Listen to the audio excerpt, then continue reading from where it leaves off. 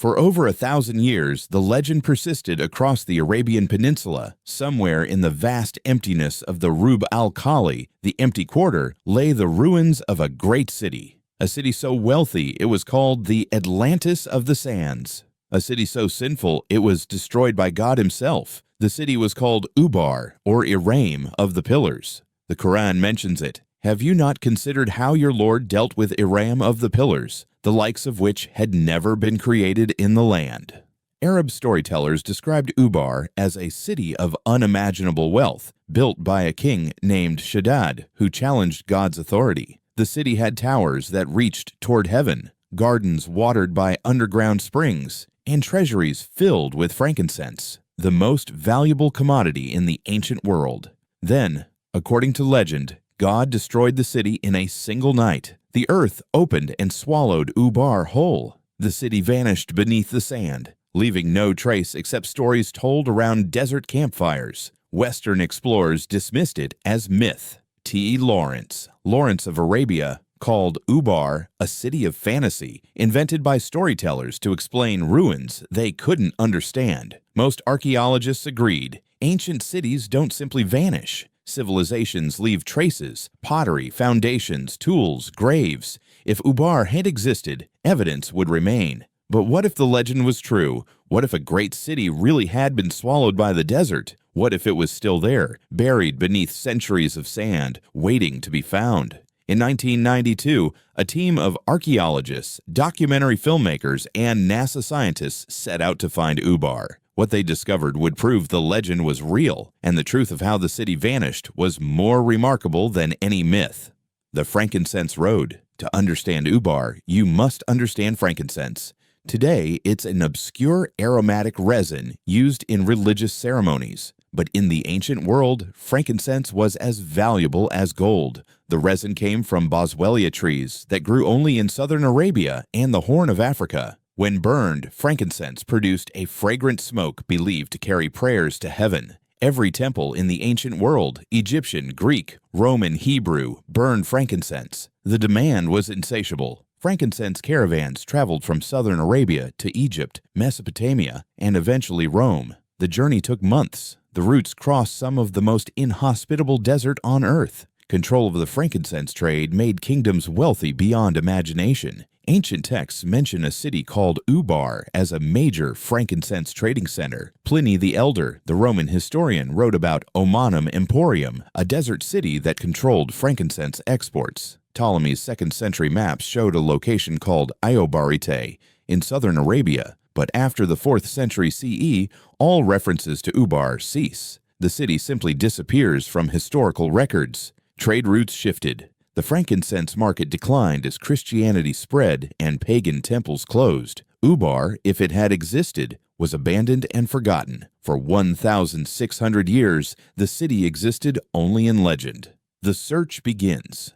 In 1981, filmmaker Nicholas Clapp read a passage in T.E. Lawrence's writings mentioning Ubar. Clapp became obsessed. If Lawrence had heard of Ubar, perhaps the legend had some basis in fact. Clapp spent years researching ancient texts, consulting with archaeologists, and studying historical trade routes. He identified a region in Oman's Dhofar province where Ubar might have been located. The area had water sources, essential for a desert city. It was positioned along ancient frankincense routes, and local Bedouins still told stories about ruins buried beneath the sand. But searching for a lost city in the empty quarter presented impossible challenges. The Rub al-Khali covers 250,000 square miles, roughly the size of Texas. The landscape is constantly shifting as wind reshapes sand dunes. Any ruins would be buried under dozens of feet of sand. Ground-based searches would be futile. Clapp needed to see the desert from above. He needed technology that could see beneath the sand. He needed NASA.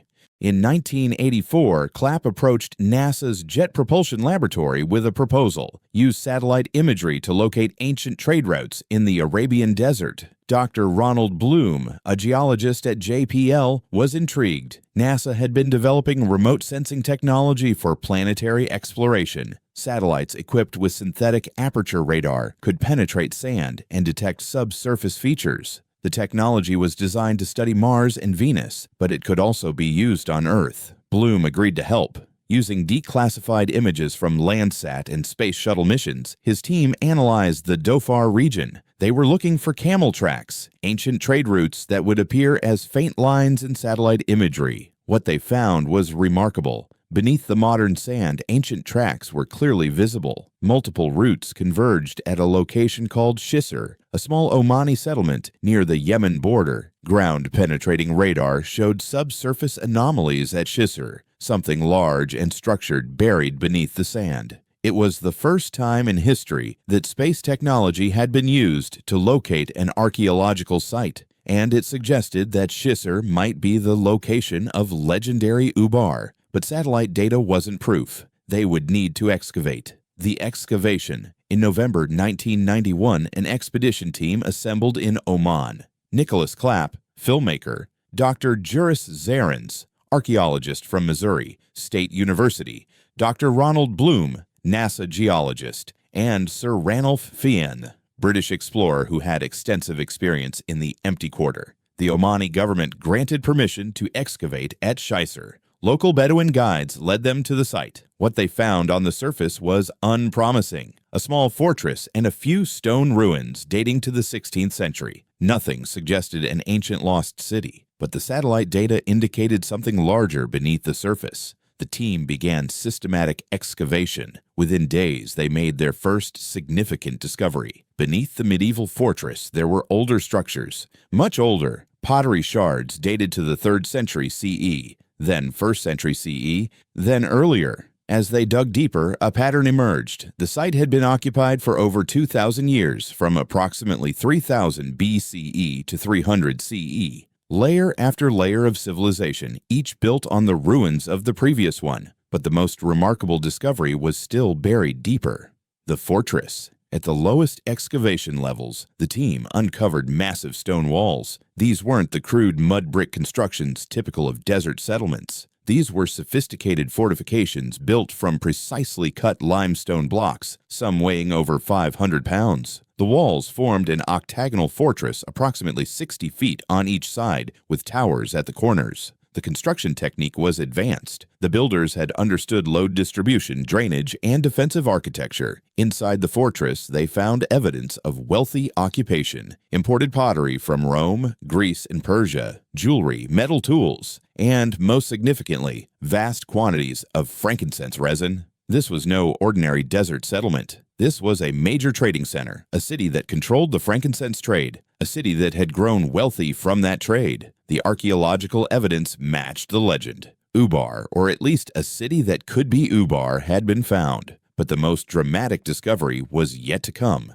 The sinkhole. As excavation continued, the archaeologists noticed something strange. The eastern wall of the fortress was partially collapsed, tilted at an angle into the ground. Initially, they assumed this was normal decay over centuries. Then they began excavating beneath the collapsed wall, and they discovered why the wall had fallen. Beneath the fortress was a massive limestone cavern. At some point in ancient history, the roof of this cavern had collapsed, creating a sinkhole approximately 40 feet deep and 90 feet across. The eastern section of the fortress had fallen into the sinkhole, taking part of the city with it. This was the catastrophe mentioned in legend. The earth really had opened and swallowed the city. Not divine punishment, but geological disaster. Further investigation revealed the mechanism. The fortress had been built over a limestone cavern because the cavern contained an underground water source, a critical resource in the desert. For centuries, residents drew water from the cavern through wells, but limestone is soluble. As groundwater moved through the cavern, it gradually dissolved the rock, creating larger and larger voids. Eventually, the cavern roof became structurally unstable. Sometime around 300 CE, the roof collapsed catastrophically. The eastern quarter of the city fell into the sinkhole. The water source was lost. The city became uninhabitable. Survivors abandoned the site.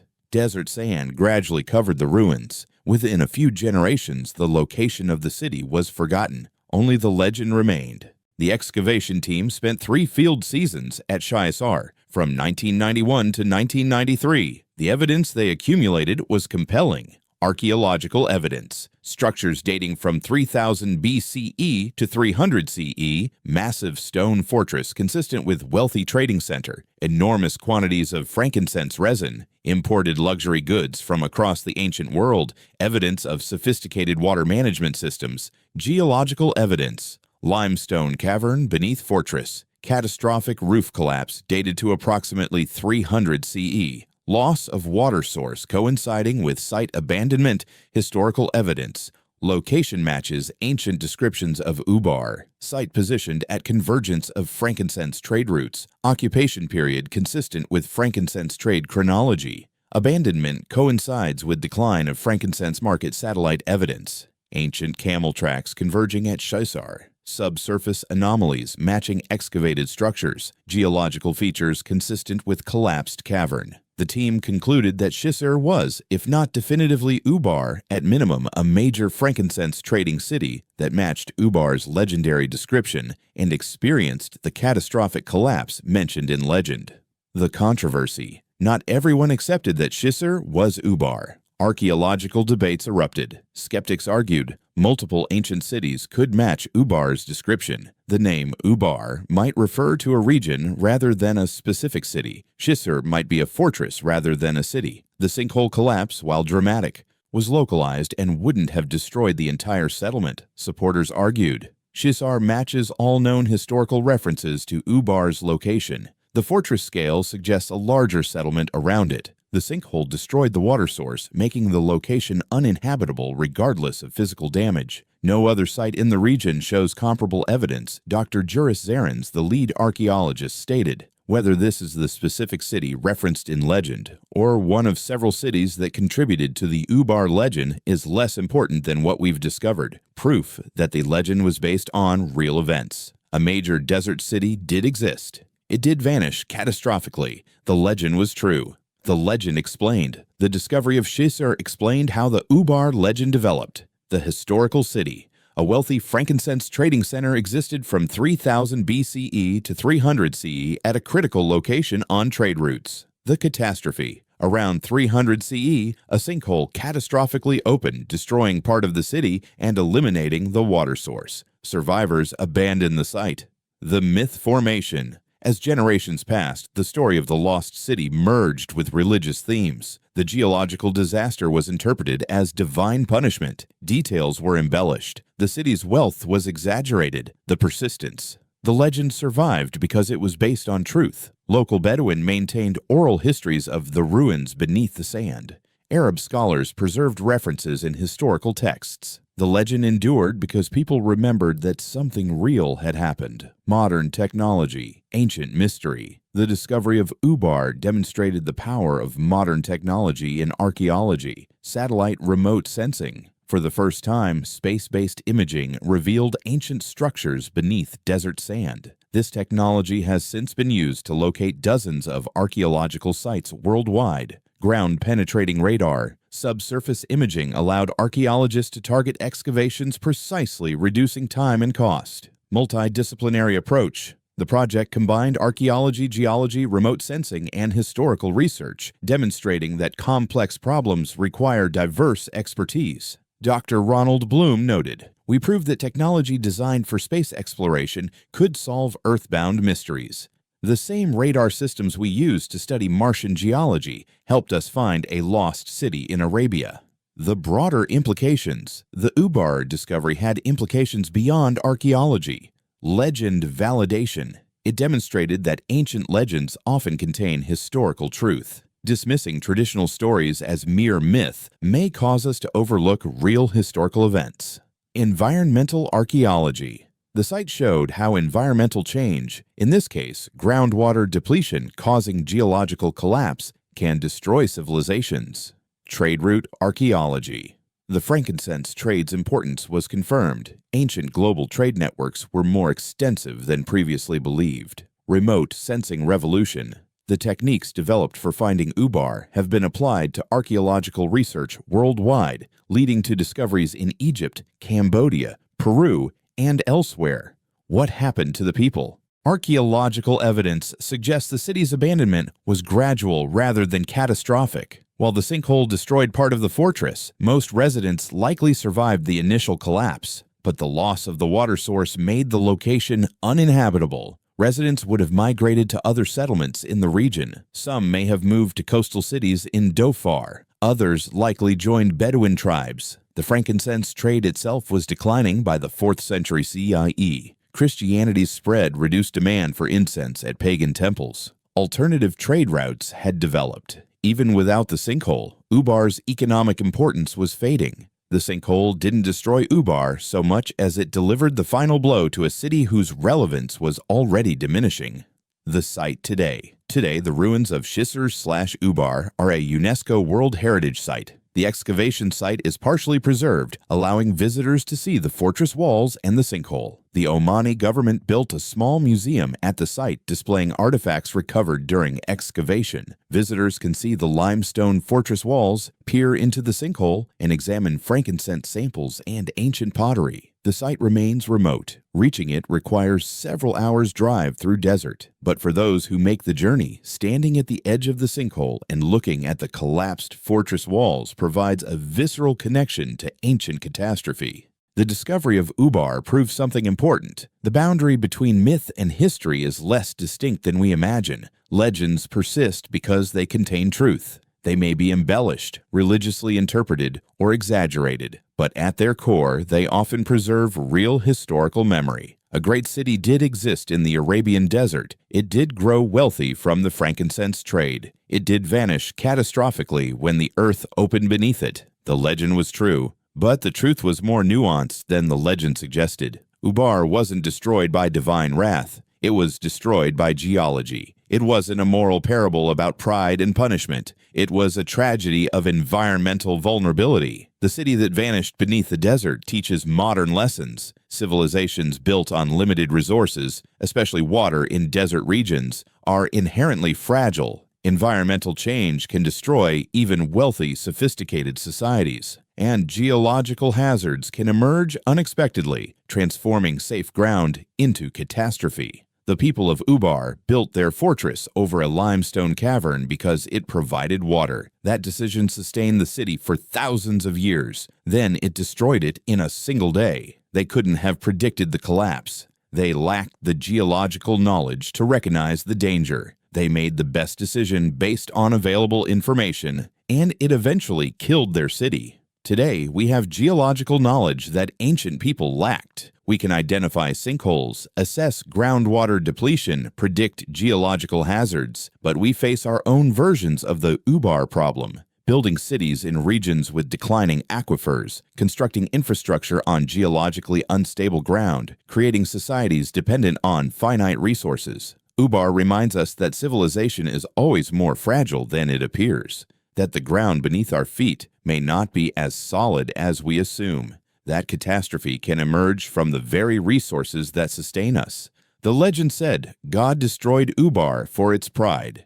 The truth was more mundane and more frightening. The city destroyed itself by exhausting the geological resource that made its location viable. The frankincense traders of Ubar built a wealthy city on the edge of the world's most inhospitable desert. For 2,000 years, it thrived. Then one day, the cavern roof collapsed, the water source was lost, and the city died. The desert covered the ruins. The legend grew.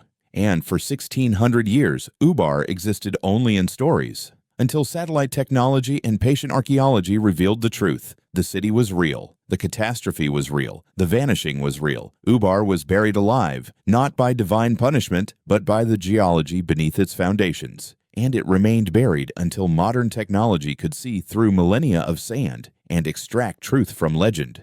The Atlantis of the sands was found, and it taught us that sometimes the earth really does open and swallow cities whole, not as punishment, just as geology, silent, sudden, catastrophic, and utterly, terrifyingly real.